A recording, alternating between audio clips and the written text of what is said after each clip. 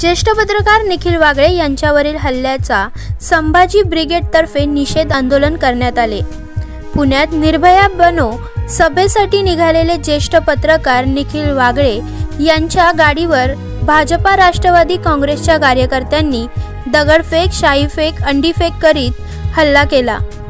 त्यांच्यावरील झालेल्या हल्ल्यामुळे सर्व स्तरावरून संतप्त प्रतिक्रिया उमटल्या जात आहेत।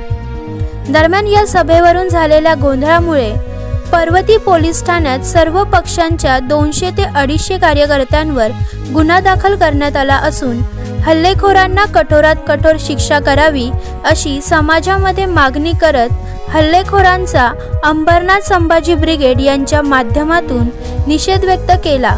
तसेच सहाय्यक पोलीस उपायुक्त अंबरनाथ आणि तहसीलदार कार्यालय अंबरनाथ यांना देखील पत्र देण्यात आले, असे संभाजी ब्रिगेडचे अंबरनाथ शहर अध्यक्ष सुनील अहिरे यांनी माध्यमांशी बोलताना सांगितले।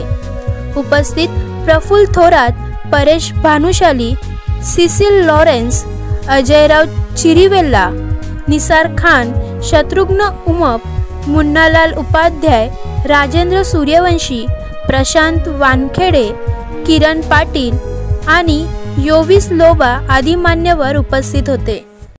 दिनांक 10 फेब्रुवारी 2024 रोजी पुण्याला